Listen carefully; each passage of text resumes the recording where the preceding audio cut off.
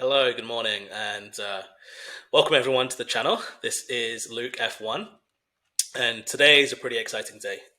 We have the official launch of the F1 fantasy game. Um, there's been a bit of a delay on the rollout of this game, so we have uh, only a few days left until the first race of the season. So we don't have too much time to get our teams locked in. But if this is your first time playing Fantasy F1, we're going to go through sort of a quick rundown today, a little bit of how to play the game, what's new, and just sort of share my general themes.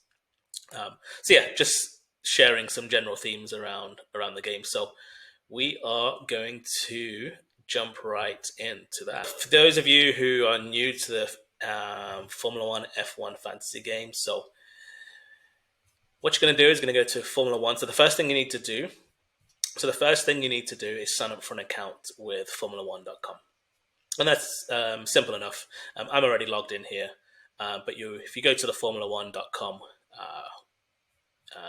website here, you're going to have an option in the top right here in the button that says sign in. You'll sign in if you have an account. You can just sign in with your regular email and password. If not, you're going to have to sign up for a new one. And then once you have done all that, logged in, then you'll be sort of kept to this home. This will be your home page. So as we sort of navigate, you're going to go to gaming, all the way to fantasy button here. Now this will take you into the main hub of the game itself. Just make sure I'm recording here. Looks like we are. All right. So as you can see here, the first race of the year is in Australia, the season opener down in Melbourne. So looking forward to watching that. For those of you who live in North America time zone like myself, we're going to have some late nights, early mornings in general with the Formula One and how it works with broadcasting, largely sort of catered around the European market. So normally over there, you'll see the races Sunday afternoon. Over here in North America, we're normally in the mornings, early mornings on Sunday. But as you can see, we've got 3 days and 13 hours and 40 minutes to the team lock deadline. And this is normally coincides with before the start of practice. Qualifying. So this normally is for start of qualifying, because that's when you need to pick your team. All right, so there are some rumored new changes in the game this year for those who played it last year. Some reported minor changes in the user face of the league, our team, how we pick. So we'll kind of take a dive and look into those, see how they are. Otherwise, there are some new rules as well. So typically, how it works is when you pick a team, it gets entered into the overall league, the global league as they call it. And this is the one where there are also pretty good prizes, to be fair.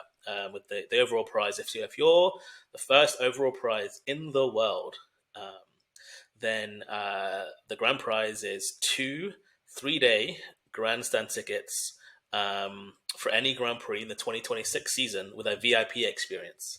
So that sounds pretty good. Second prize is sort of 2 regular tickets for the Grand Prix next year. So just for the race, it seems. And then third prize is a £300 voucher to use on the online store. So considering the game is free to enter, and if you're going to watch the game anyway, play along with a little bit of fantasy, why not put your name in the hat to win one of these prizes? So. And as yours truly got top 100 in his first year of playing last year, which was very unexpected for myself. But that's largely sort of one of the reasons why I'm back playing again this year. But 2, thought I would put a little bit of my interests to you guys and try to put some of my thoughts and ideas out there for F1 fantasy strategy.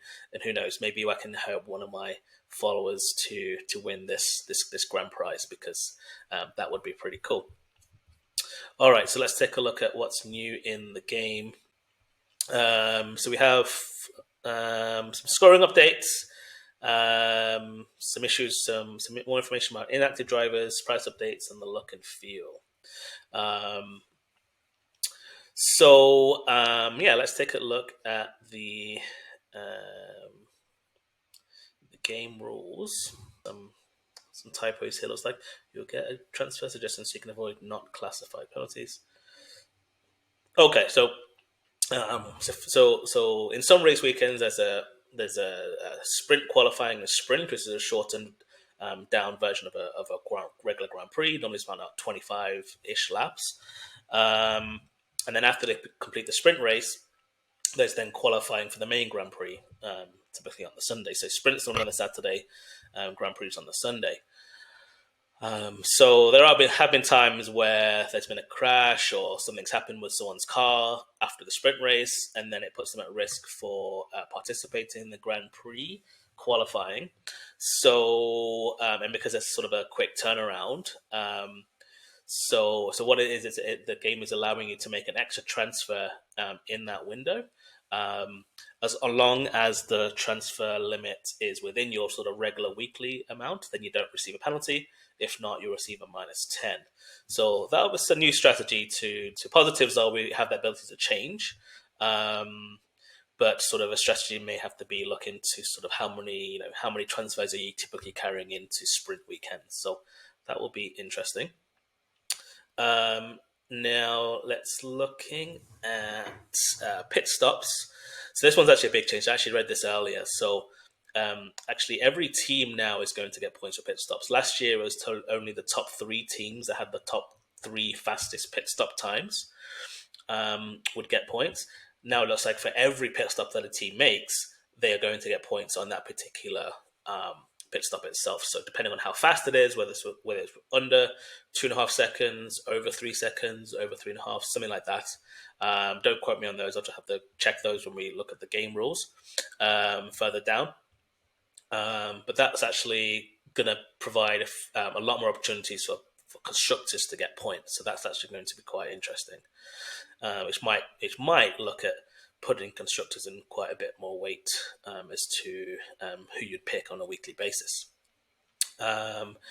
Now, the one thing that we didn't see change this year was the disqualification penalty. So if you played again last year, or if you've been a regular player to F1 Fantasy, you will know that for any of your drivers or constructors that don't finish a particular session, whether it be qualifying, a sprint, or a race, they get docked quite heavy points. It's actually quite harsh.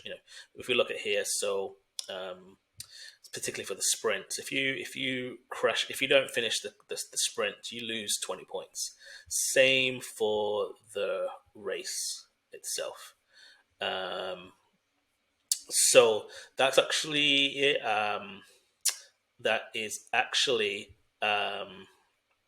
quite detrimental, because a lot of times your team is made up of the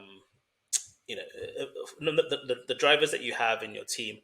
They aren't always, especially at the start of the year, they're not always the best drivers at the best teams, and so you're filling a lot of your team with middle of the pack to bottom of the pack drivers. And for those drivers, it takes them, basically sometimes a few races to actually accumulate 20 points itself. Like sometimes the average is only really about 4 or 5 points that these guys are getting per week. So when they lose 20 points just for not finishing one race, it's almost like they're getting like 4 or 5. It takes them about 4 or 5 races to actually get those points back. So it is a bit of a pain point in the game. At the end of the day, it's the same rule for everyone, so we just have to sort of recognize that it's there and try not to get too high or too low about it. So I was talking about the pit stops. So this is the points for pit stops. So if a team makes 2 pit stops in a given race, and both of them tend to be sort of in this 2 to 2.2, like they could get 20 points. Or 10 points per pit stop, and times that by 2 drivers, that's potentially like 40 points up for grabs. I mean, if they really get under 2, and they kind of do 2 or 3 of that in a race, that's 60 points, which is, as you can say, that's it's almost as if you're getting, you know, you're predicting the first place result twice. So that's going to be quite interesting when we come to looking at our teams, as to what we might consider there. Um, Now, one other thing to notice for the drivers is that they also get points for positions gained. So if they qualify, say, 10th in the qualifying, and then they finish the race in 5th place, they've gained 5 places, they get 5 points. Conversely, again, if they lose positions, they'll lose -1 for that. Similar points for overtakes. If they overtakes in a given race, they get an extra point. And if one thing to notice with overtakes, that only counts as a pure overtaking move. So in that example, someone starts 10th, finished 5th, but say like cars who were 7 and 8, say they for some reason crashed or had some mechanical thing that didn't feel the race, they technically didn't overtake those guys, so they wouldn't get points for those. So overtake points are actually more calculated just purely based on whether they actually made a pure racing move on another driver in the race. So it doesn't count if a car's going slowly, it's about to go in the pits, or if it crashes and you get an extra place. Those don't count as overtake. So just pure racing moves. The next is a good points is the next is 10 points awarded to the driver with the fastest lap. Something to be aware of for, normally the fastest lap kind of goes to the person who wins the race and normally are driving the quickest. There are times during the race where another team may pit one of their another team may look at their spacings currently on the grid on the track in the last couple laps of the race, may see an opportunity where they could bring a driver in, put on fresh quicker tires, normally the softest compound for that weekend, to go out and do clock one fastest lap. Now that would help those situations when in the F1 championship a team actually gets an extra point for that. I think they may have changed that out for this season's in the F1 like actual championship. So we'll have to check if that's really going to be relevant this year. But before the next video, I'll just sort of double check on that one.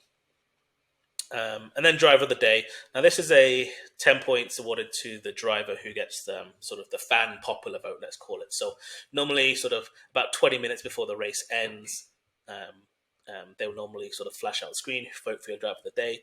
You can come to the website or the app, vote for your driver of the day, and whoever sort of gets the top of that gets the 10 points. So it's definitely a little bit of a fan vote. It's not really always the best driver. It's probably the more popular driver on that day. But again, sort of a free way to kind of get even more involved with the game. All right, so the next thing is you've got to create your team. So again, for new fantasy Formula One players, where typically, if you're a fantasy football person or a fantasy basketball league, what you typically would do is join a league first, and then you'd be in a draft to pick players.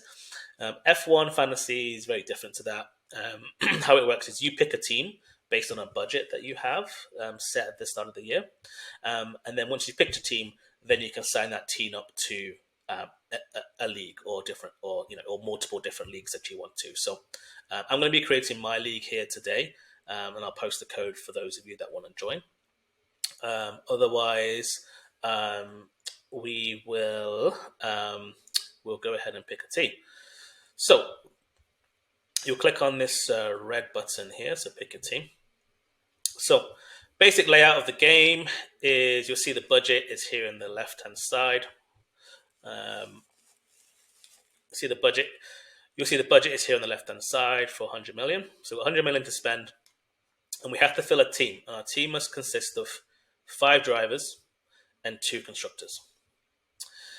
Now, so we're going to sort of go ahead and sort of take a look at some of these prices. So we look at our drivers first. We've got Lando as the most premium asset in the game at 29 million, which is quite indicative of the strength of him as a driver and McLaren as a car. You've got Max at 28.4. Then you got the two Ferrari boys, Charles Leclerc at 25.9 and Lewis at 24.2. So a bit of a gap between Lewis and Charles already to begin the year. We'll see how that goes. Lando's teammate Oscar down at 23. Then come the two Mercedes, George Russell 21.0, Andrea Kimi Antonelli, the rookie, at 18.4. Liam Lawson, the new Red Bull driver, taking over Sergio Perez's seat, comes in at 18 million. Carlos Sainz, new driver at Williams, at 13.1, with his teammate Alexander Albon at 12. We've got the first Alpine driver, Pierre Gasly, finished the year quite well last year at 11.8. Then the first of the VCARB cars, Yuki Tsunoda at 9.6. Followed by both Astons, Fernando and Lance, 8.8, 8.1. We have first of the Haas, Esteban Ocon, new driver at Haas this year, 7.3. The next rookie, Jack Doohan with Alpine at 7.2. Oliver Behrman at Haas, rookie, 6.7. Nico Hulkenberg, new driver at Kick, for 6.4. Isaac Hadjar at Racing Red Bulls VCARB at 6.2, and then Gabriel Bortoleto at 6.6 million for Kicks. So kind of a range here. Kind of first impressions. Kind of look that. Remember last year we had, I believe, Logan Sargent at 5 million. I think he believed the start at 5 million. So we seem to have, a floor has gained by a million. So make of that if you will. The inflation's gone up, but our budget still remains the same, 100 million. The idea of the game is obviously the better assets you have in your team, the more likely it is that you're going to score big points. The more big points you win, the better your league ranking is going to be. We have 26 weeks, 26 races to hopefully get in that top 3 to gain one of those awesome F1 fantasy prizes. So what you're hoping for is that through the season, you're able to bring in higher quality assets, or whether that be drivers and constructors that are scoring the more points. But how do you afford that? So what was determined last year is that there is a formula built into the game that the game doesn't tell you about, but some very clever people has followed the F1 Fantasy Tools, which is a website that we'll cover in another video. They were able to determine what the formulas were in order to see budget increases in your assets. So what that means is, at the end of each race, each driver and constructor is going to be given a points based on how they performed in that week. Now, they're going to expect the higher teams to score more points than the lower teams. And so there is a formula out there that's based on if they score X many points above the average, if they score over a certain amount, that can increase their budget anywhere from 0.5 million in a week to 1.5 million in a week. So what that might mean is, say you pick up a team like Mercedes, who are valued at 22.7, and let's say the average score for a constructor that particular weekend was, say, 20 points. Let's say, for example, Mercedes had a really good weekend, found both drivers in the top 4 in the first row in qualifying, came 1-2 in the race. They're going to have scored the maximum points that week. So when the average of the constructor scores 20, you may see Mercedes actually score 60, 70, 80 points. Because they are so much more higher than the average, they may be qualifying for a budget, a price asset increase of close to $1 million. So what happens is, at the start of the week, 22.7 is the value of Mercedes. At the end of the week, they're worth 23.7. Your team now has a Mercedes, you paid 22.7 for them, but now it's worth 23.7. So what you actually then could do is you could take Mercedes out. That 23.7 would go back into your budget, and then you're going to try to level up to the next constructor. Makes sense. Kind of looking into that scoring, considering what we want to do with our team, how we want to set it up for the season. Is we're thinking about a couple goals. Is first off, is trying to figure out who's going to be more valuable at this point in the season. Is it drivers or is it constructors? Um, and then the second piece, I don't see anything in the scoring so far that suggests that the scoring weighting will be any different from last year. So I think picking the two constructors. I think constructors are going to still continue to score more points, per million spent on constructors than you will see on the drivers. So um, that being said, in order to see budget increases, it's going to be more difficult because you've got all three of the constructors in the elite over 25 million. So the constructors are not great for building budget, but they are great for scoring points. So I'm going to sort of maybe just start off with let's just sort of see how far we get from last year. So I'm going to kind of still stick with McLaren, Ferrari, which is probably going to take up over half my budget. Yeah, so spent 57 million already, and I've got 42.9. So if we're thinking that McLaren and Ferrari are going to sort of take the top four places, which is kind of what I'm suggesting with this, in that they're probably going to get the most points. Not going to get much budget, but we'll see how far we go. So let's go into drivers. All right, so kind of straight off the bat, I'm looking at the top. So again, generally I feel like even last season to constantly be kind of top ranked in a week, whether it be in your own particular league or whether it be in the global league, you still needed to pick the race winner. I think picking the race winner is very key. They're going to get the most points. Admittedly, you don't see the largest budget, but they're generally just getting the most points. And if you are then going to be filling a team with, with some back of the field kind of cheaper options, which have a higher chance of crashing, not finishing, more likely to get those minus 20 hits. I kind of want to be able to make sure that I kind of cover off a little bit of that risk. So I know this is probably not going to work, but we're just going to go with. I think obviously Lando's the best choice. Now that leaves us 13.9 million to spend, which we can already tell it's kind of blocked out, already grayed out the guys that I can't afford right now. So even if I was to pick, let's just go ahead and pick the cheapest drivers here. Can I even fill a team at this point? No. So I only get to fit, 5 out of my 7 spots with this current team. So maybe I'm thinking. I still think constructors is probably the way to go. But I'm going to sort of just take out Lando for the moment. And we're going to start with, let's see if I can get. So I don't think Max will be able to get that because I was only about minus 8. I think probably the highest one you're only going to be able to fit is a Lewis or a Piastri. So I might go with Oscar to begin the season. He's in the fastest car, second driver in the fastest car, and it's his home race. So I wonder if Piastri actually has something to sort of start off the season here, a bit of a season opener, season statement. So let's see how far we can get with Piastri in our team. We're saving 6 million by being in the guy that's next to Lando. So that might not be a bad option. I don't think I'm going to be able to afford most of these guys in. Listen, I might decide to go with a cheaper guy in the team as opposed to a more expensive guy in the C tier because the price difference is about 1 million.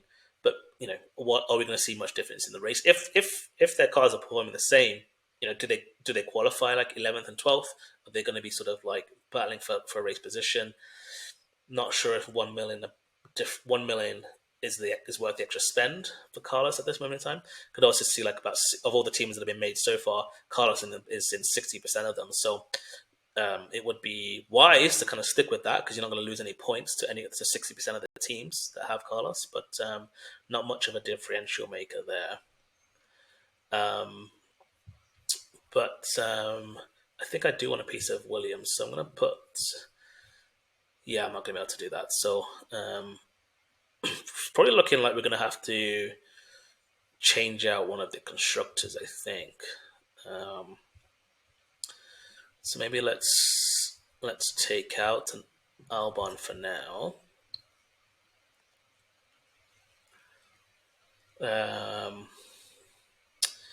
Got Pierre, Yuki, Fernando, Lance. I mean, have we heard much about Aston this? I mean, it doesn't seem like they're too happy with the car so far from Bahrain testing.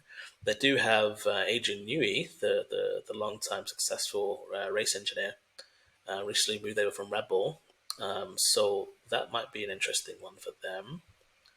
Otherwise, I think Ocon in a Haas might be a good decent one, or Behrman. Again, the cheaper option at 6.7. The rookie though versus Ocon.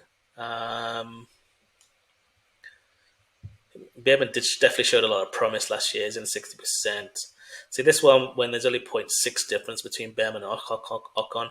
Ocon's got so much more experience. I kind of wonder whether in this situation I might choose an Ocon over a Behrman, but let's kind of go ahead with. We're going to need a lot of these series here, so I'm going to have to pick at least 4 of them, I think. So I don't know about kicks. So one thing last year is that Kick Sauber team were extremely terrible at pit stops last year. They had an issue with the piston gun for loading and unloading the tires, so they actually had really bad pit stops. So and reliability has kind of been an issue with them. So I kind of feel like I want to stay away from them at the moment.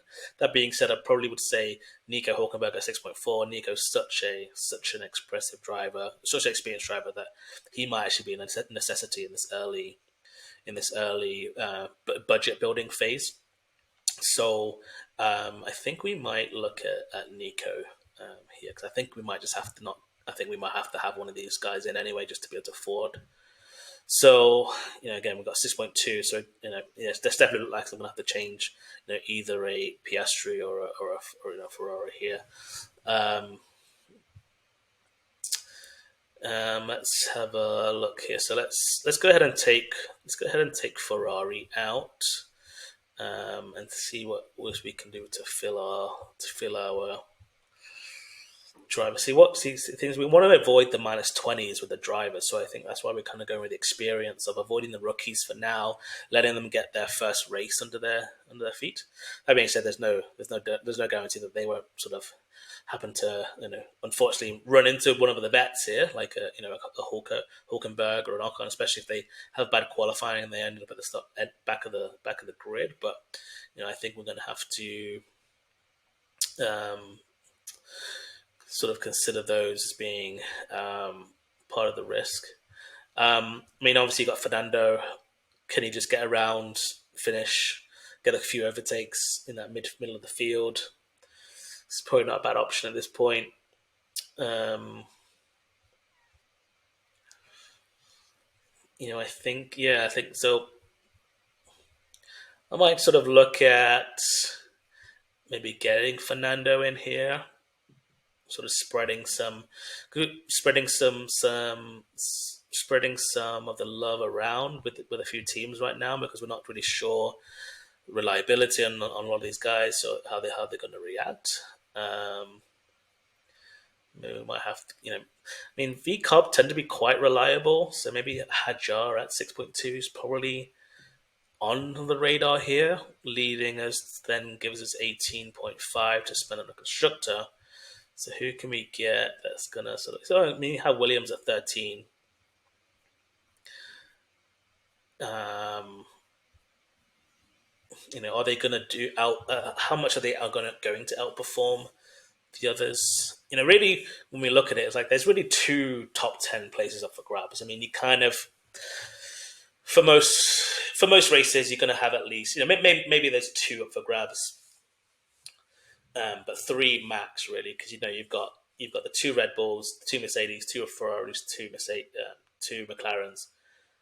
If they all finish the race, they're probably all going to be in the top eight, you know, and so that leaves you two extra spaces for other ones. So you don't really get that much more points for finishing ninth and 10th as you would do for a driver that's some faster driver that starts sort of like 19th and 20th, where they're able to get 5 or 6 overtakes. They kind of sometimes it's almost better to be a faster car finishing at qualifying at the bottom of the grid and then sort of getting points from qualifying from overtakes. But we're going to sort of we'll go with Williams for now, just so we can sort of get some of this initial team kind of going, which means we've got 5.2 to spend.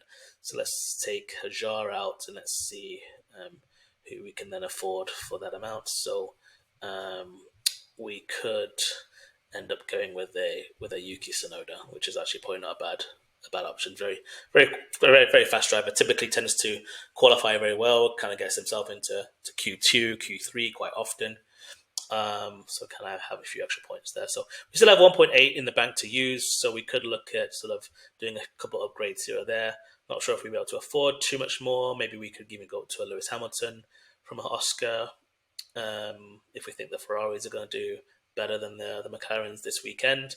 But yeah, that might form, at least my initial sort of team. So I'm just going to put